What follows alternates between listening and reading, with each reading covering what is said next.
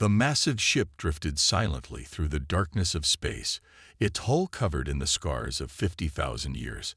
Around it floated hundreds more vessels, each one bigger than the largest modern battleship. This was the discovery that would change everything, though none of them knew it yet.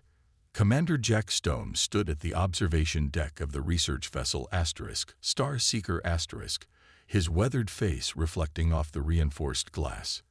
He was the only human among the alien archaeological team, included more as a political gesture than for any expected contribution. At 45 years old, he had spent most of his life proving humans belonged among the stars. Quite impressive, isn't it? The tall, blue-skinned being moved to stand beside him. Professor Root, the lead archaeologist, had 4 eyes that all blinked at different times. Though primitive, of course, these ships must date back to the early space age. Stone nodded politely, but kept studying the ancient fleet through narrowed eyes. Something about the design looked familiar, though he couldn't place why. The ships had smooth, curved hulls, unlike anything built today, with strange circular patterns that caught the light from nearby stars. "We're preparing to board the flagship," Root announced, "though I doubt we'll find anything of value. Technology this old is hardly worth studying." The boarding team consisted of 6 archaeologists from different species, all members of the Concordat, the alliance of advanced civilizations that dominated known space. Stone followed them as they used their modern ships to create a docking seal with the ancient vessel. The moment they stepped inside, Stone felt something was different. The corridors were perfectly sized for human proportions. The handrails, the door heights, even the steps. Everything felt natural to him, while the aliens had to duck or squeeze through. "How peculiar," muttered one of the archaeologists, a thin creature named Bright, who needed to crouch to move forward. The builders of this ship were surprisingly small. Stone didn't correct them. Humans were among the shortest of the known species, often mocked for their size. He simply followed, taking notes on his tablet, recording everything he saw. They reached what appeared to be the bridge. The room was dark and cold, filled with dust-covered consoles and blank screens. The alien team immediately began scanning everything with their advanced tools, commenting on the primitive design and basic technology. But Stone's attention was drawn to a symbol partially visible under centuries of dust. He walked closer, his heart beating faster. With a sleeve, he carefully wiped the surface clean. His breath caught in his throat. There, perfectly preserved, was a logo he had seen in history books. NASA. "Impossible," he whispered. "Did you find something, Commander Stone?" Root asked, all 4 eyes focusing on him. Stone quickly stepped back. "No, just thinking out loud." He needed to be sure before saying anything. The implications were too enormous. The team spent hours documenting everything, but they treated the ship like a quaint museum piece. They laughed at the simple design of the engines, the basic weapon systems, the crude navigation computers. Stone stayed quiet, gathering his own data, taking pictures of every symbol, and marking he could find. As they prepared to leave, Stone lagged behind, pretending to check his equipment. When no one was looking, he pressed his hand against a dusty panel, and for a split second, he could have sworn he felt it warm up under his touch. Back on the Star Seeker *, the alien archaeologists were already writing their reports, dismissing the fleet as an interesting but unimportant find. They planned to mark the location and move on to more promising sites. Stone sat in his small cabin, staring at the pictures he had taken. The NASA logo was just the beginning. He had found more symbols: ESA, ISRO, CNSA, and others from Earth's space agencies. Somehow, impossibly, humans had built these ships. But how? And when? He looked out his window at the ancient fleet. In the distance, the massive ships seemed to pulse with a faint light, like sleeping giants waiting to wake up. Stone knew one thing for certain. He needed to contact Earth immediately. The greatest discovery in human history wasn't what they had found. It was what they had forgotten. The real question was, Would anyone believe him? 3 weeks after discovering the ancient fleet, Commander Stone stood before the Concordat Council, trying to keep his frustration in check. The grand meeting hall, with its towering crystal walls and floating platforms, made him feel small, which was probably the point. "You expect us to believe humans built those ships?" Admiral Mills, a tall being with metallic skin, laughed. The sound echoed through the chamber. "Your species could barely reach your own moon when we found you 30 years ago." Before Stone could answer, the emergency alarms blared. Red lights flashed across the chamber as a holographic display appeared in the center of the room. It showed 3 border worlds under attack. "The swarm," someone whispered. The display showed massive black ships tearing through the Concordat's best defenses like paper. These weren't the usual pirates or raiders. This was something else. Something worse. "Deploy the defense fleet," Admiral Mills ordered. "All of it." Stone watched as the best ships in the galaxy, pride of the Concordat, moved to face the threat. That's when his tablet buzzed. A message from Earth. They were sending Thomas Reed. Reed arrived 2 days later. He was an old engineer in his 60s, with white hair and eyes that seemed to see right through you. He walked with a limp from an old accident, but his mind was sharper than anyone Stone had ever met. "Show me everything," Reed said the moment he landed. Stone took him to the observation room where they could see the ancient fleet. Reed's hands shook as he looked at the pictures Stone had taken. "I knew it," Reed whispered. "All these years, I knew I wasn't crazy." "What do you mean?" Reed turned to Stone. "These ships, I've seen their designs before. In dreams, in old drawings found deep in forgotten archives. They're ours, Commander. Really ours." Before Stone could ask more questions, the emergency alarms rang again. The swarm had broken through. The Concordat's mighty fleet, with all its advanced technology, had failed. They rushed to the council chamber. The scene was chaos. The holographic display showed dozens of destroyed Concordat ships. The swarm's black vessels were unstoppable. "Nothing works against them," Admiral Mills said, his metallic face showing real fear for the first time. "Our weapons can't penetrate their shields." Reed stepped forward, his limp forgotten in the moment. "Let me show you something." He connected his tablet to the main display. Ancient drawings appeared. Technical designs that looked exactly like the derelict ships they had found. "These were in Earth's oldest archives," Reed explained. "We thought they were just drawings, dreams from our past. But they're not. They're memories." "Memories of what?" Admiral Mills demanded. "Of who we were," Reed said quietly. "Before the Great Sleep.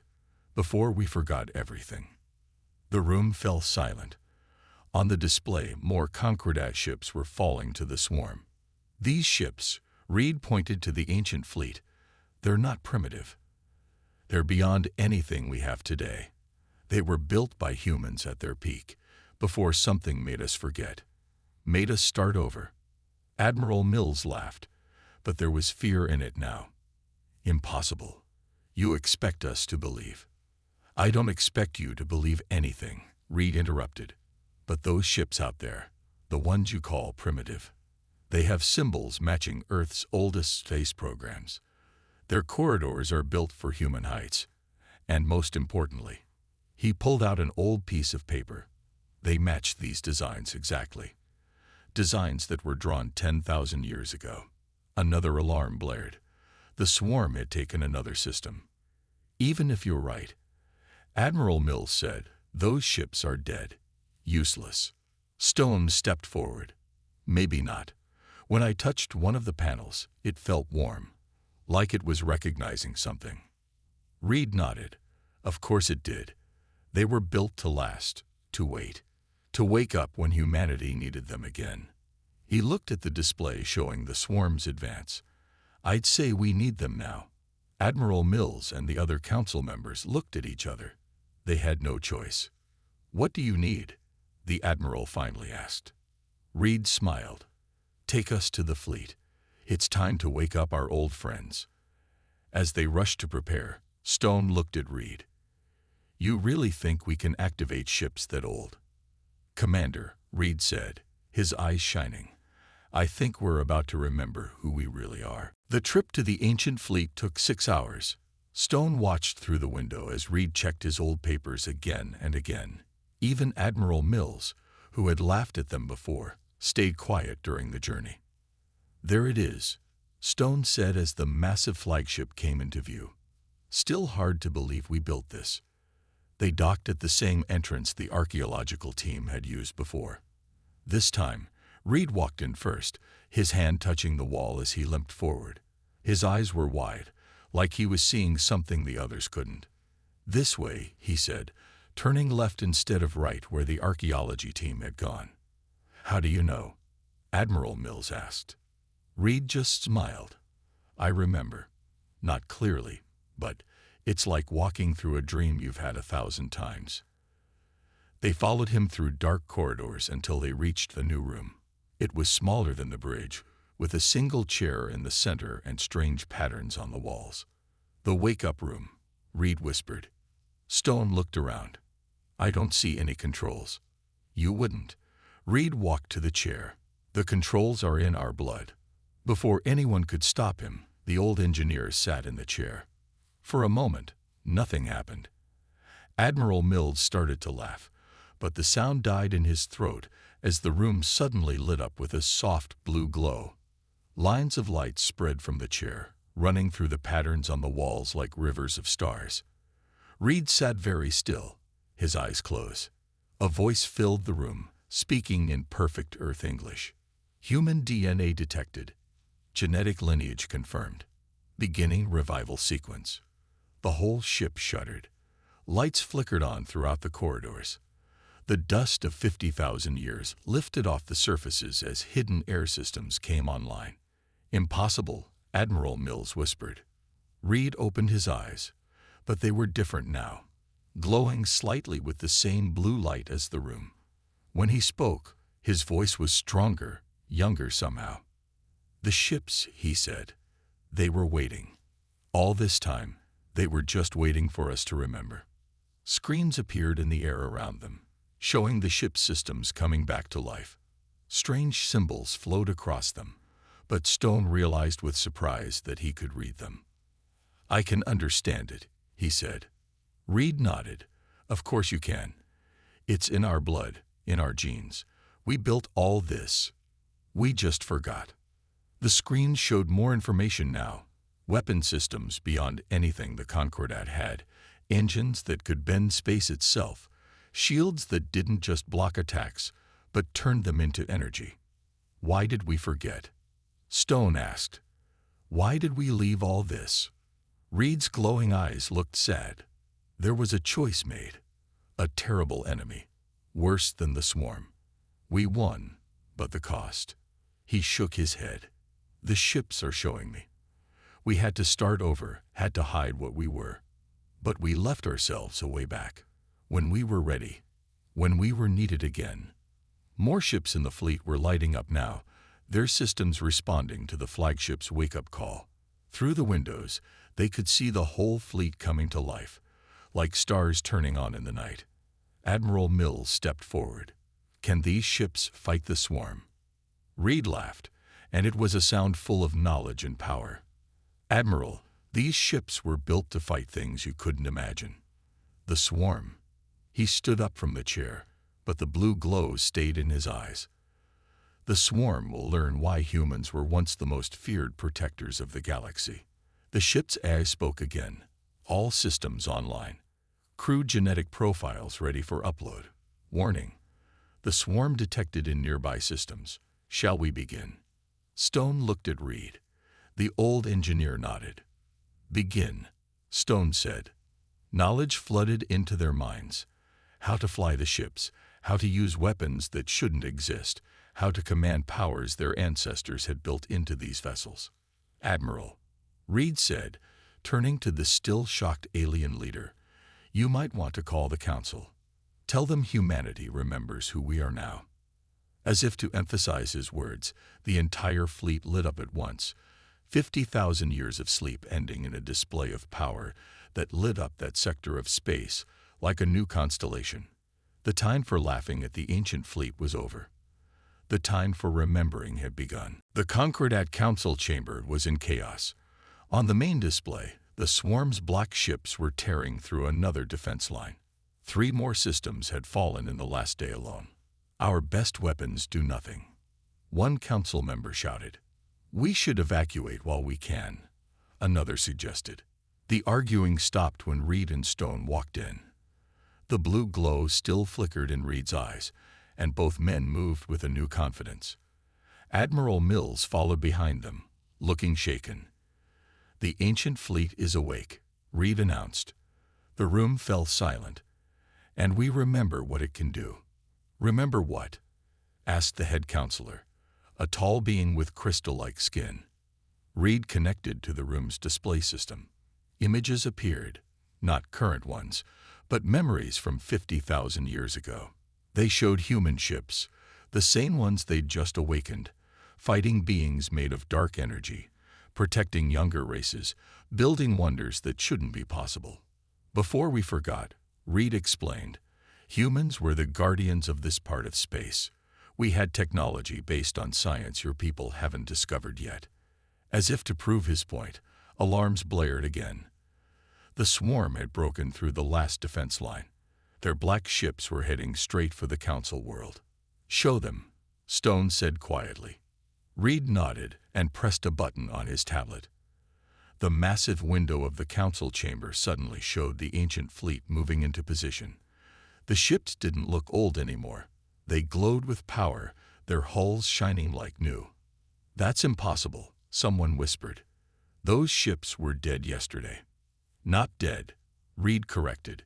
Sleeping, waiting for humans to remember how to wake them. He turned to the council.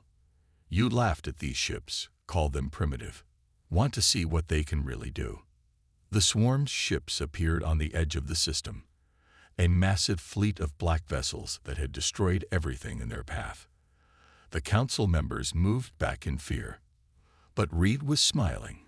He spoke into his tablet. Guardian, show them what we can do. The ancient fleet moved, but they didn't move like normal ships. They flowed like water, leaving trails of light behind them. The swarm fired their unstoppable weapons, the same ones that had torn through modern shields like paper. The shots hit the ancient ships and bounced off, transformed into harmless light. How? Admiral Mills started to ask. Quantum reflection fields, Reed explained. We invented them 50,000 years ago. The swarm's weapons are just copies of much older tech we designed defenses against before your people had left their first planets. The ancient ships began to fire back. Their weapons weren't normal lasers or plasma. They fired streams of pure golden energy that bypassed the swarm's shields completely. Wherever the golden light touched, the black ships simply came apart. The council watched in stunned silence as their invincible enemy was torn apart by the very ships they had laughed at days before. We weren't primitive, Stone said quietly. We were so advanced we scared ourselves. That's why we chose to forget, to start over, to grow up again, to learn wisdom before we reclaimed our power. And now? The head counselor asked. Reed looked at the battle. The swarm was already retreating, their unstoppable fleet running from the ancient ships. Now we remember. Not just how to fight, but why we fought. We were protectors once. Guardians. He turned to face the council.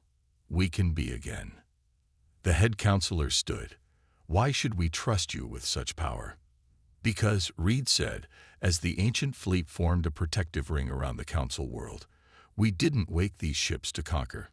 We woke them to protect, just like we did 50,000 years ago. On the display, the last of the swarm's ships vanished into deep space. The ancient fleet hung in space, golden energy still flickering across their hulls, a shield of light protecting the very people who had mocked them. So, Stone asked the silent council, still think we're primitive? No one was laughing now. The time for underestimating humanity was over. The time for truth had come. The ancient flagship's main hall was filled with beings from across the galaxy. Where once they had mocked humanity's primitive nature, now they watched in silence as Reed and Stone prepared to activate the fleet's full power. "Are all ships reporting ready?" Stone asked, standing before a floating display of golden light. All 217 ships connected. The ship's AI, Guardian, responded. "Crew genetic matching is at 99.9% completion." The past week had been busy. As knowledge of the ancient fleet spread, humans across the galaxy had felt a strange calling.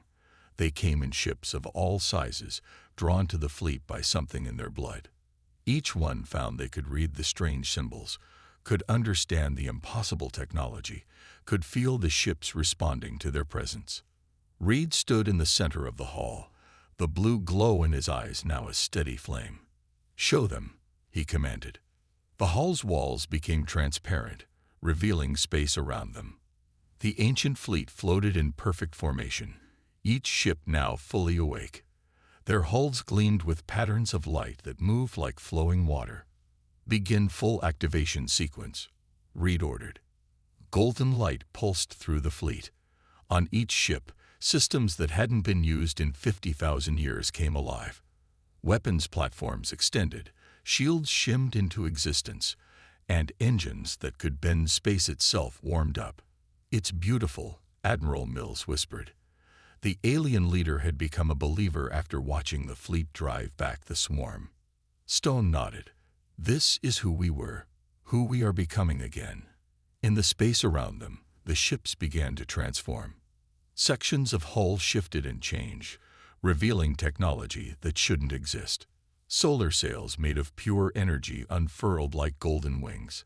Quantum cores pulsed with power that could be seen across light years. "Warning," Guardian announced. "The swarm has regrouped. They approach with 3 times their previous numbers." Reed smiled. "Perfect timing. Now we can show everyone what these ships can really do." He turned to the gathered aliens. "You might want to hold on to something." The fleet moved as one. Not with the clumsy push of normal engines, but with the grace of birds in flight. Space itself seemed to bend around them as ancient technology came fully alive. Inside the flagship, knowledge flooded into every human present. Not just how to operate the ships, but why they were built, what they could do. Memories that had slept in their genes for 50,000 years woke up. "I remember the songs," one young human crew member said suddenly, tears in her eyes. "The songs we used to sing when we flew between the stars." Others nodded, their own genetic memories awakening. The ships hummed with power as more and more humans connected with their heritage. "Multiple swarm signatures detected," Guardian reported. "They are attempting to surround us." "Let them try," Reed said. He reached out and touched a floating control panel. "All ships, initiate combat transformation." The fleet changed again. The golden wings of energy folded into weapons arrays. Hull plates shifted to reveal cannons that could fire shots through dimensional space. Shields layered upon shields, each one operating on principles modern science hadn't discovered yet. Stone watched the transformation with pride. "Send word to all colonies. Tell them to watch what happens next. Let everyone see what humanity remembers." The swarm's black ships appeared, thousands of them darkening space like a cloud of death. Their weapons powered up, the same weapons that had torn through the Concordat's best defenses. But the humans weren't afraid. In their blood, in their genes, they remembered facing far worse enemies. They remembered being the shield that protected younger races. They remembered what it meant to be guardians. "All ships," Reed commanded, his voice carrying to every vessel in the fleet. "Show them what humanity can do. Show them why we were the most advanced species in the galaxy. Show them why we were the ones chosen to protect everything." The ancient fleet moved forward, golden light blazing against the darkness of space. Humanity had slept for 50,000 years. Now they were awake, and they remembered everything. Space lit up like a new sun as the ancient fleet engaged the swarm. On the flagship's bridge, Stone watched as 50,000 years of forgotten power was unleashed. Multiple swarm ships approaching from Sector 7. Guardian reported. Reed nodded, his glowing eyes tracking the battle. Show them what these primitive ships can do. The first wave of swarm ships fired their black energy weapons, the same weapons that had destroyed so many Concordat vessels. But they never reached the ancient fleet. Instead, the golden shields caught the attacks and transformed them into pure energy, feeding it back into the ship's power systems. Impossible, Admiral Mills whispered. They're using the enemy's attacks to power themselves. Energy conversion fields, Reed explained. Why waste a good attack when you can use it? The ancient fleet moved with impossible grace. Ships that looked massive and slow now danced through space like leaves in the wind. When they fired back, their weapons weren't simple beams or projectiles. They fired streams of golden light that curved around obstacles and passed through the swarm's shields like they weren't there.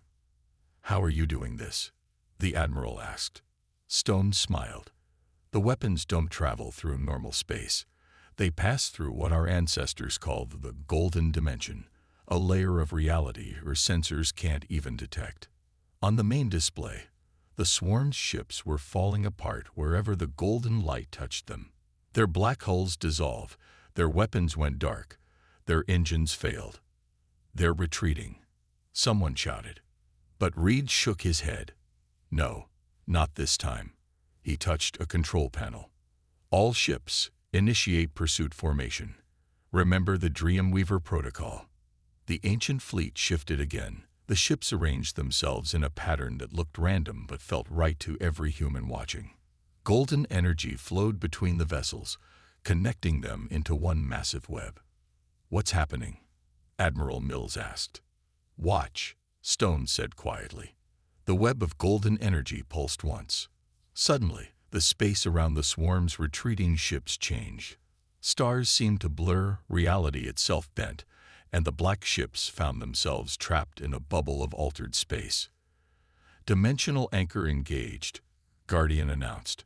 The swarm cannot escape through normal space or hyperspace. Reed's voice carried to every ship in the fleet. This is humanity's message to the swarm. We remember who we are now. We remember what we were built to do. This galaxy is under our protection. That was true 50,000 years ago. It's true now. The ancient fleet attacked as one. Golden energy poured from hundreds of ships, all linked together, all drawing on power that modern science couldn't explain. The swarm's mighty armada, which had terrorized the galaxy, found itself facing weapons designed to fight enemies far worse than them.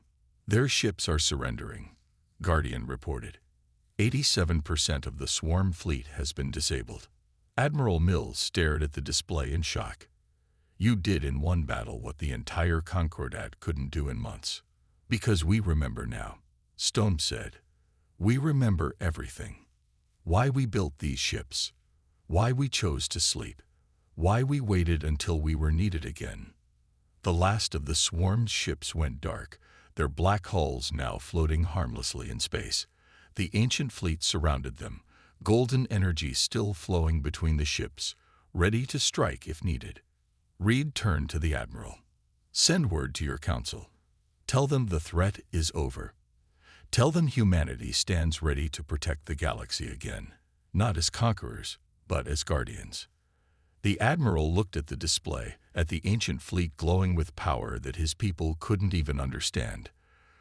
When you first claimed these ships were yours, we laughed. Yes, Stone said. You did. No one's laughing now, the Admiral admitted. Reed smiled, the blue glow in his eyes pulsing gently. Good, because there are worse things out there than the swarm. Things we remember, things we built these ships to fight. The ancient fleet began to gather the defeated swarm ships, their golden energy gentle now, but no less powerful. Humanity had returned to its place among the stars.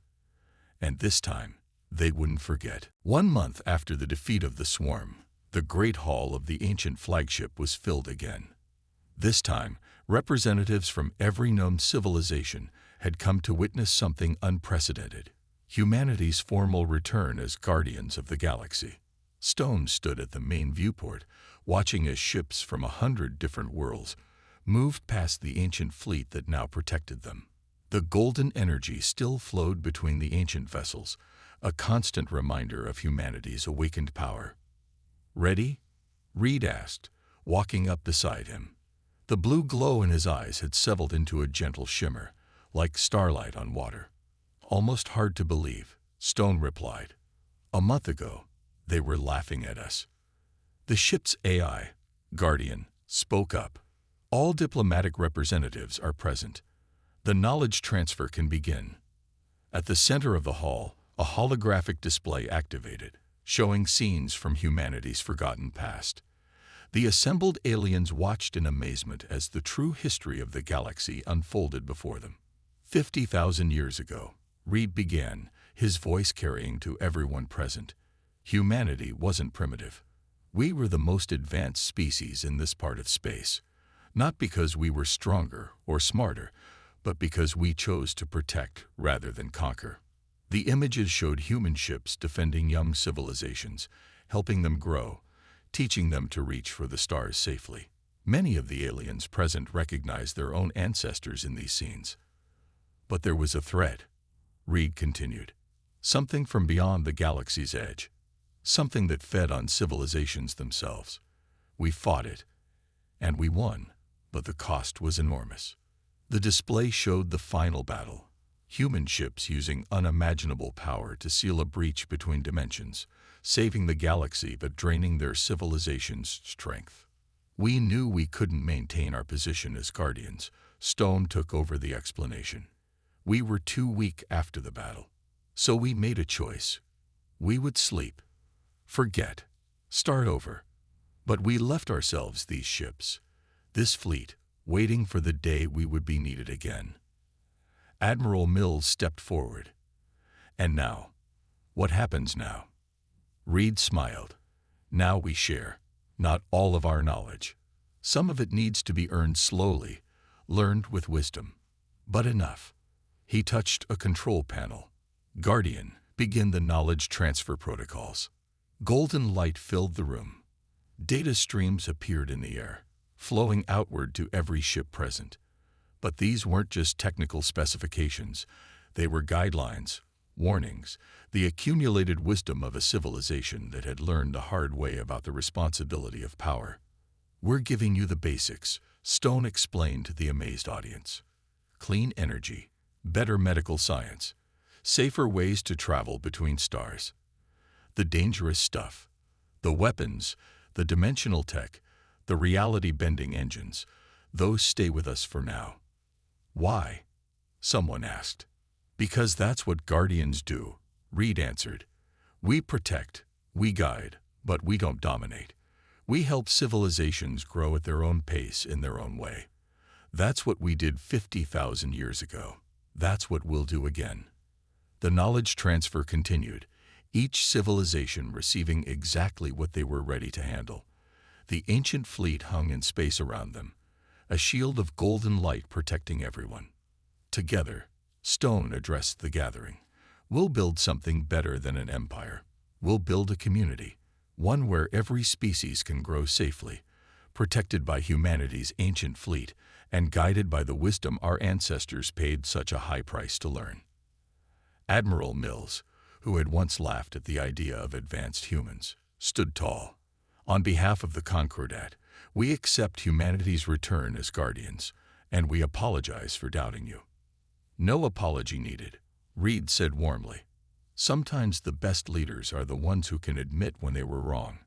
As the diplomatic meeting continued, Stone looked out at the ancient fleet, humanity's legacy, now awake and active again.